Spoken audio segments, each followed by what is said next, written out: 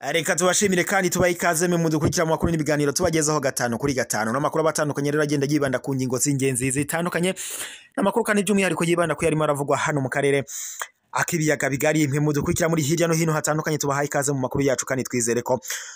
mumeze neza twose cyane rero reka tunyarukire muri Repubulika Iharanira Demokarasi ya Kongo abariho duhera amakuru yacu mu gihe urugamba ruhuza umutwe wa M23 ndetse n'igisirikare cya Kongo FARDC n'abafatanyabikorwa bacyo harimo ingabo z'u Burundi, ingabo za MONUSCO, ingabo za SADC ndetse n'imitwe yihurije mu cyo yise Wazalendo ndetse n'umutwe wa FDLR. Urugamba rero mu gihe rukomeje ubu noneho Repubulika Iharanira Demokarasi ya Kongo yatangaje ko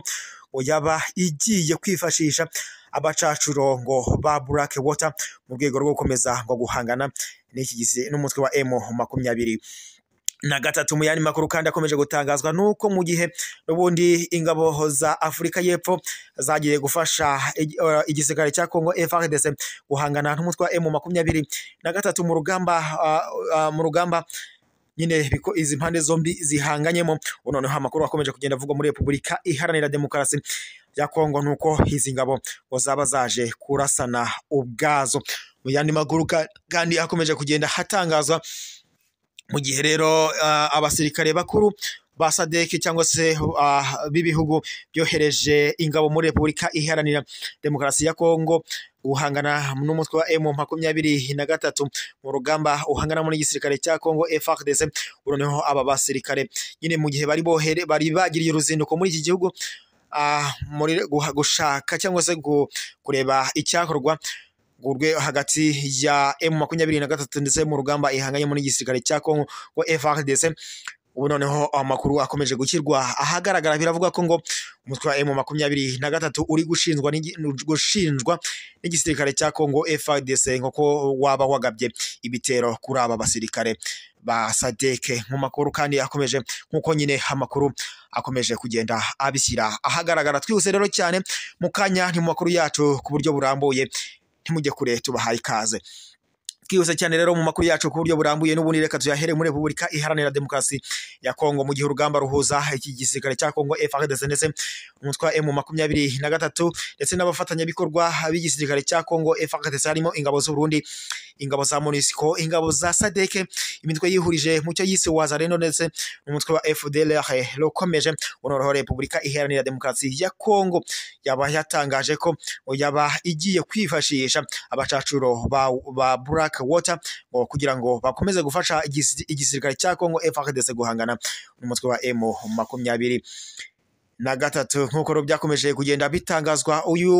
Aba bacashuro ba Black Water biravuga ko rero ari umutwe washinzwe n'umucuruzi witwa Eric Press wahoze ari umusirikare mu ngabo za Leta Zunze Ubumwe za Amerika zirwanira mu mazi. Nk'uko amakuru yakomeje kugenda abishyira ahagaragara biravuga ko uyu mutwe rero ngo ukunze kuvugwa cyane mu bikorwa by'ubucuruzi butemewe bw'intwaro. Nk'uko raporo rero ngo y'impuguke ya Zaroni zakomeje kugenda zibishyira ahagaragara kuri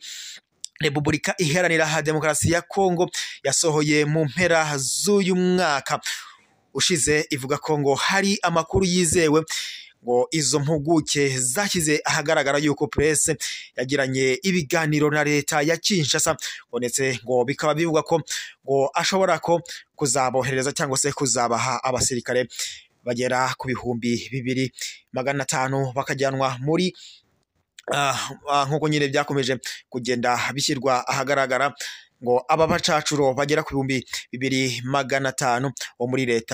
bo muri Amerika y'Amajyepfo bakaba nyine bazajyanwa muri Kinshasa ngo bajye gufasha igisirikare cya Kongo FARDC guhangana n'umutwe wa M23. Nk'uko rero amakuru akomeza kugenda abishyira ahagaragara. Iyi raporo y'impuguke za Loni ikomeza kugenda ivuga ko nk'uko nyine yakomeje kugenda ibivuga ko ibiganiro by'izi mpande zombi ngo byagiye byibanda cyangwa se byakozwe mu mwaka w'ibihumbi rwagati mu mwaka wa 2023 ngo bikaba rero ibi biganiro byari byitezweho ko bigomba gusiga Kivu y'Amajyepfo yoherejwemo abacacuro ngo bo mu bihugu bya Colombia, Mexique ndetse na Argentine kugira ngo nyine aba bacacuro ngo bajye gufasha igisirikare cya Kongo guhangana n'umutwe wa M23. Nuko rero iyi raporo nyine yakomeje kugenda ibishyira ahagaragara ngo ibi bihugu nyine ngo bigomba kohereza aba basirikare i Kinshasa. Nuko rero bikomeje kugenda bishyira ahagaragara mu mwaka ushize Kongo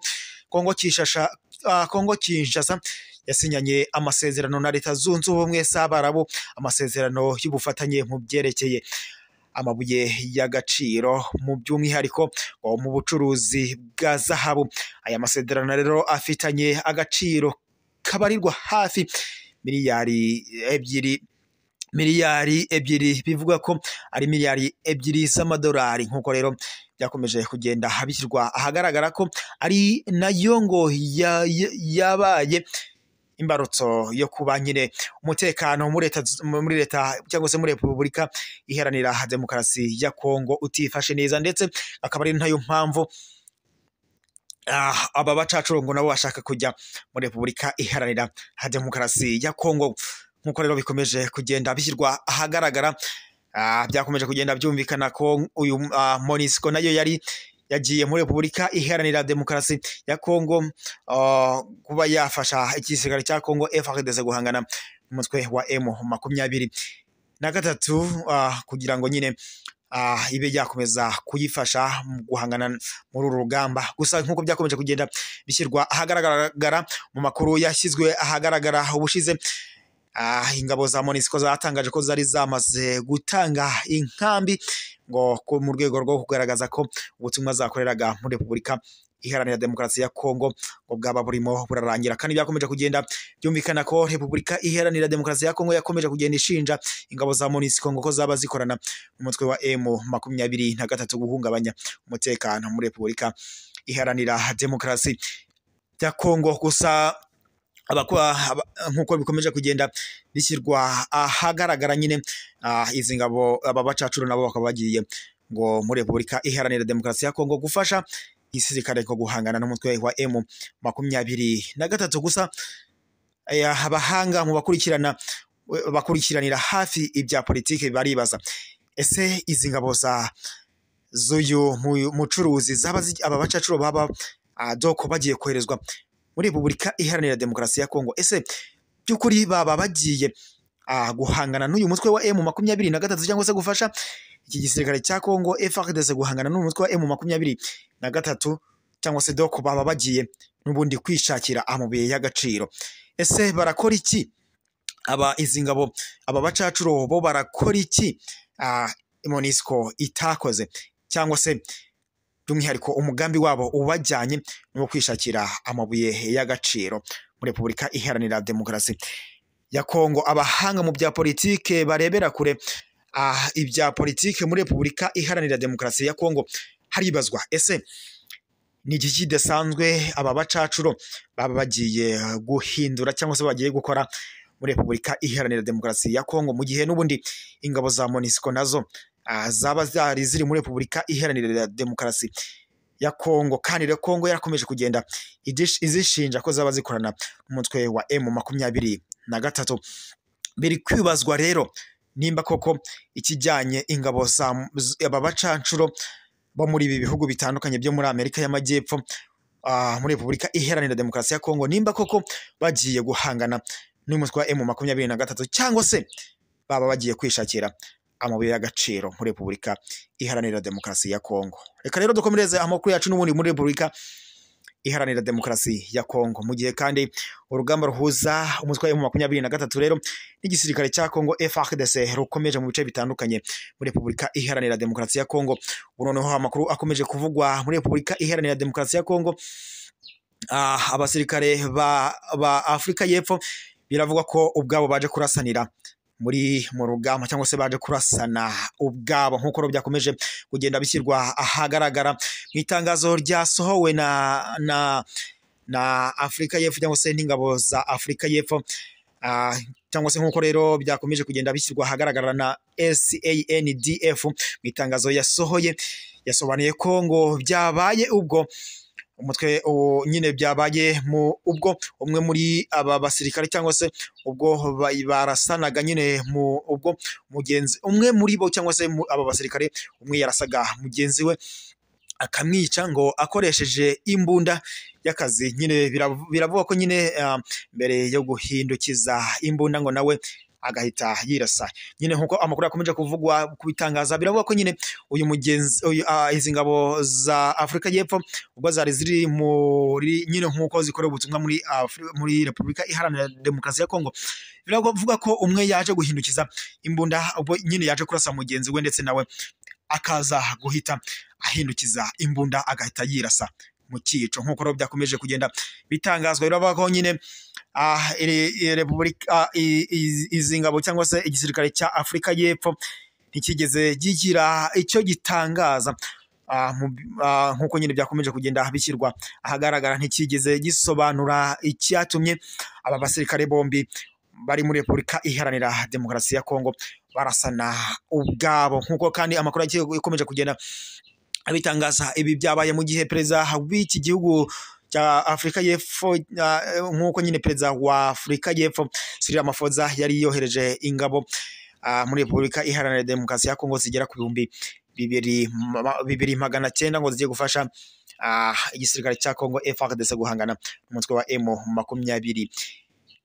Nkuko rero byakomeje kugenda bishyirwa ahagaragara ngo ntacyo izi ngabo za Afurika y'Epfo zaba zigeze zatangaza ku byatumye aba basirikare ubwabo basubiranamo bakaba barasana igisirikare cy'iki gihugu mu kwezi gushize. Kongo nyine cyari cyatangaje ko hari abasirikare bacyo bari baguye mu bitero igisirikare cya Kongo FARDC bahanganyemo n'umutwe wa M23. Dukomeze amakuru yacu kandi tuyakomereze n'ubundi muri Repubulika Iharanira Demokarasi ya Kongo, mu gihe abakuru b'ingabo z'ibihugu byohereje abasirikare muri Repubulika Iharanira Demokarasi ya Kongo guhangana n'umutwe wa M23 bari bagiriye uruzinduko muri iki gihugu cya Repubulika Iharanira Demokarasi ya Kongo ngo baje kuganira icyakorwa kugira ngo bakomeze guhangana n'umutwe wa M23. Ubu noneho amakuru yakomeje gushyirwa ahagaragara, biravuga ko ngo umutwe wa M23 ngo waba waje kugaba igitero mu duce twa Sake muri nkuko nyine byakomeje kugenda bitangazwa imasisi ngo uyu mutwe wa M23 ngo waje kugaba ibitero nyine muri kuri izi ngabo zari zagiye kuganira n'igisirikare cya Kongo FARDC. nkuko rero byakomeje kugenda bitangazwa, biravuga ko nyine nkuko amakuru yakomeje kugenda abishyira ahagaragara, igisirikare cya Kongo kivuga ko umutwe wa M23 waje kurasa kuri izi ngabo nyine zari ziri mu ruzinduko. Nyine nkuko byakomeje kugenda bivugwa, ubwo nyine bano basirikare cyangwa se bano bakuru nyine b'ingabo z'ibi bihugu nyine byohereje aba basirikare muri iki gihugu ngo bageraga runo ruzinduko nyine muri Kongo, ngo ubwo basuraga uduce twa Sake ngo umutwe wa M23 biravuga ko ngo waje kubagabaho ibitero ndetse ngo ukaza kubarasaho, mu gihe nyine ngo bari bagiye kuganira na Kongo ngo gushaka icyakorwa kugira ngo hakomeze gushakishwa amahoro arambye hagati y'igisirikare cya Kongo ndetse muri Kongo muri rusange ndetse n'uyu mutwe wa M23 mu rugamba uhanganye. Dukomereje amakuru yacu n'ubundi, reka tuyakomeze n'ubundi nyine nkuko bisanzwe tubabwire ko indege yari itwaye perezida Munangarwa ngo yaburiwe ko hari amabombe yaba agiye kwiraswa. nkuko amakuru akomeje kugenda habishyira ahagaragara ngo indege yari itwaye perezida Munangarwa yaje guhagarikwa cyangwa se yaje kuburirwa, babwirwa ko nyine cyangwa se abayobozi baje kubwirwa ko muri message bakiriye kuri email babwirwa ko ngo bagomba gusubika urugendo kugira ngo kubera ko ngo perezida w'iki gihugu yaba ashobora kuba indege yari imutwaye ishobora kuba yaraswa. Mwese rero mwari mudukurikiye mu makuru yacu n'ibiganiro tubagezeho 5 kuri 5, reka tubisubikire hano. Mwakoze cyane kudukurikira mu makuru yacu, gusa nakwibutsa mu gihe waba utarakanda subscribe cyangwa se abone bitewe n'ururimi ukoresha, kwihutira gukandaho maze ukazajya ubu wa mbere kubona amakuru n'ibiganiro tukugezaho gatanu kuri gatanu. Tubashimiye mu makuru n'ibiganiro tubagezaho gatanu, tubashimiye kandi mukurikira amakuru n'ibiganiro tubagezaho gatanu kuri gatanu. Amakuru yacu rero nakagaruka mukomeza kugira impagarike n'ubugingo.